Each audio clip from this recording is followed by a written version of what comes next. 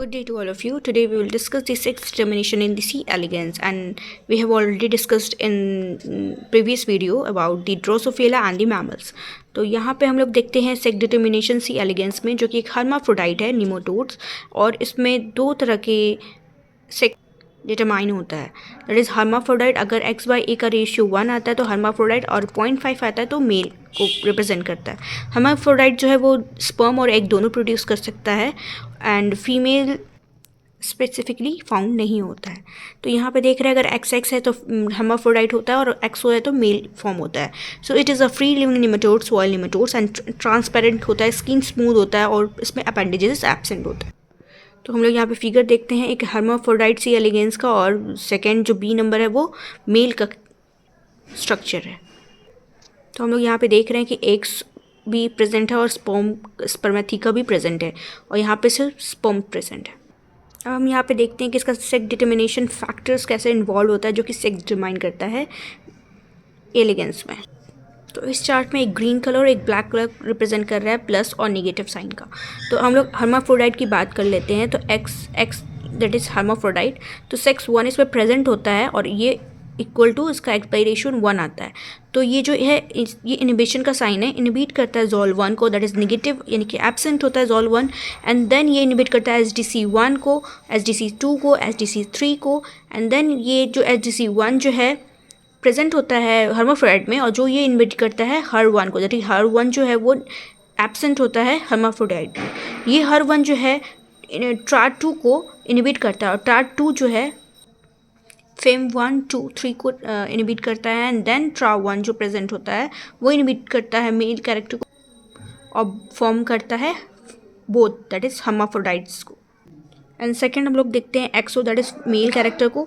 तो मेल जो होता है वो होता है जोल 1, इसमें एब्सेंट होता है, सॉरी प्रेजेंट होता है, दैट इज़ प्लस साइन है ये ब्लैक कलर का, जो मेल को रिप्रेजेंट कर रहा है.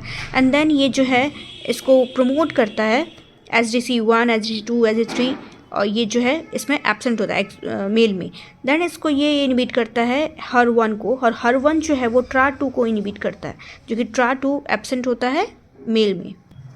देन जो ये TRA2 है वो FEM1, 2, 3 जो कि प्रेजेंट होता है मेल में, वो इसको इनिबिट करता है TRA1 को, एंड देन TRA1 जो है वो हर्माफ्रोडाइटिज्म को इनिबिट करके मेल को फॉर्म करता है. सो इस चार्ट के थ्रू हम लोग बेहतर समझ सकते हैं दैट कि हर्माफ्रोडाइट एलिगेंस का बात करें तो यहाँ ये जो TRA2 ग्रीन कलर का है, ये तीनों को FEM1, FEM2, FEM3 जो है वो इनहिबिट करके रखता है, दैट इज बाइंड करके रखता है, एंड TRA1 जो है वो फ्रीली DNA के साथ बाइंड करके हर्माफ्रोडाइट एलिगेंस बनाता है. और यहाँ पे जो है वो TRA2 जो है उसको इनहिबिट करके रखता है हर फैक्टर, एंड देन फैम जो है वो फ्री रहता है, तो ये TRA1 को जाके इनिबिट कर देता है, और जिस कारण जो TRA1 जो है DNA के साथ बाइंड नहीं करता है और फॉर्म होता है मेल. अब यहाँ पे बात करते हैं molecular basis of sex determination की, दैट इज कि यहाँ पे पैच्ड प्रोटीन है और ये DNA के अंदर बाइंड है, ठीक है, और एक स्मूदन प्रोटीन है जो कि ब्लॉक्ड है. तो यहाँ पे पैच्ड प्रोटीन जो है ये यहाँ पे फ्री है, लेकिन ये बाइंड कर गया है स्मूथ प्रोटीन जो कि इसको ब्लॉक कर देता है. देन यहाँ पे देखते हैं हम लोग कि PK1 और स्लाइम बी जो है वो फ्रीली एक्टिवेटेड है, एंड देन ये CIS1 और PK स्लाइम बी के साथ एक्टिव होकर ये रिप्रेस करता है DNA को, और ये हर्माफ्रोडाइटिज्म कॉज करता है. यहाँ पे देखते हैं कि हेजहॉग प्रोटीन जो है वो इनिबिट करता है पैच्ड प्रोटीन को, पैच्ड प्रोटीन इनिबिट करता है स्मूदन प्रोटीन को, देन सिस प्रोटीन और एक्टिव हो जाता है male activator, and transcription enhanced. Next हम मेल की बात कर लेते हैं कि यहाँ पे कि हेजहॉग प्रोटीन है जो कि पैच्ड प्रोटीन को बाइंड करके रख सकता है, जो जिस कारण से कि ये जो स्मूदन प्रोटीन है ये फ्री हो जाता है. ये स्मूदन प्रोटीन फ्री हो गया तो ये PK और स्लाइम बी को इनिबिट कर देता है, यानी इसको बाइंड करके रख लेता है. इसके बाद अगर ये PK और स्लाइम बी अगर इनिबिट हो चुका है तो COS1 और फ्यूज प्रोटीन को फॉस्फोराइलेट हो जाता है.